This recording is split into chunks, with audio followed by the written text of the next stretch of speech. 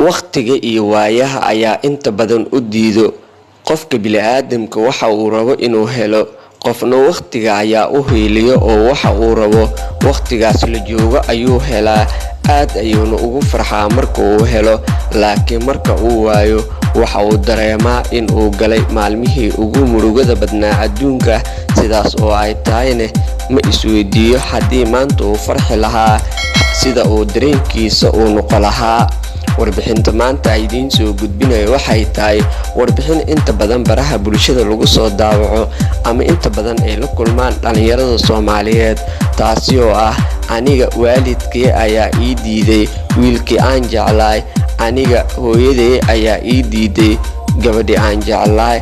inta badan waxaa dhacdo labada qof ee lamaanaha markay dhalinyaro ay yihiin in jaceylka dhexdooda uu ka dhaxeeyo ayaga oo aan isku xirin qabiilka ay yihiin, darajada ay yihiin, iyo lacag ma haysataa iyo dahab ma ii gadaysaa. waxaas oo idil dhalinyarada iskuma xiraan ee waxay isweydiiyaan jaceylkooda sida uu noqon karo iyo sida ay isku aamini karaan iyo sida mustaqbal ay u wada dhigan karaan.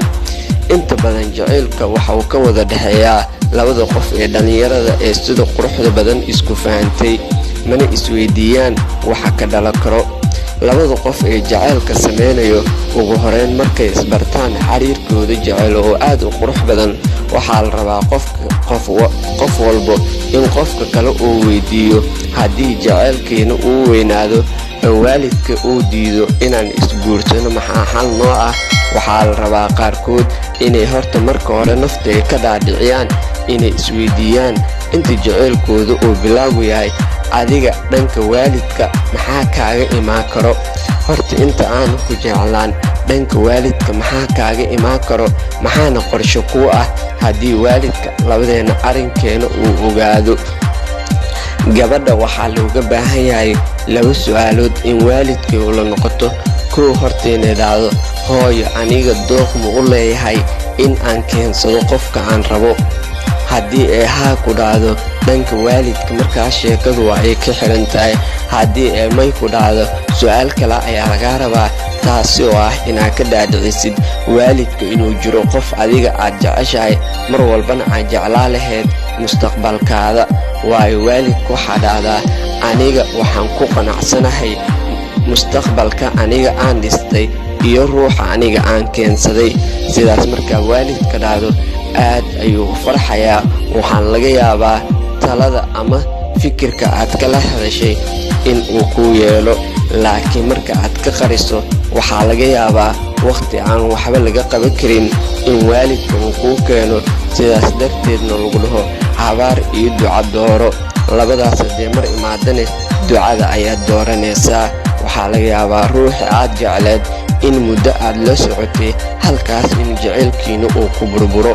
wiilka sidoo kale waxaa laga rabaa maadaama uu yahay qofka mas-uuliyadda qaadayo mar walba inuu ku dagaalamo sida uu ku heli lahaa gabadha uu jeclaaday.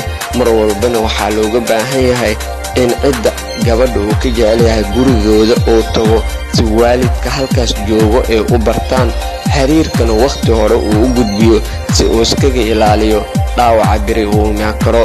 sidoo kale loo ogaado in gabadha asi uu jecel yahay.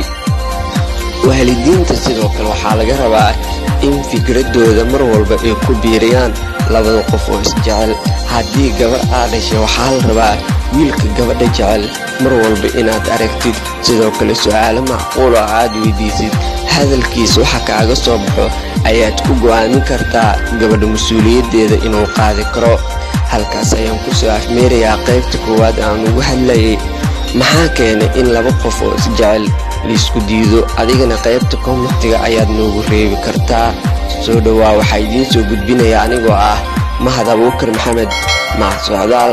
inta warbixin noocan oo kale ku kulmeyno nabadgelyo.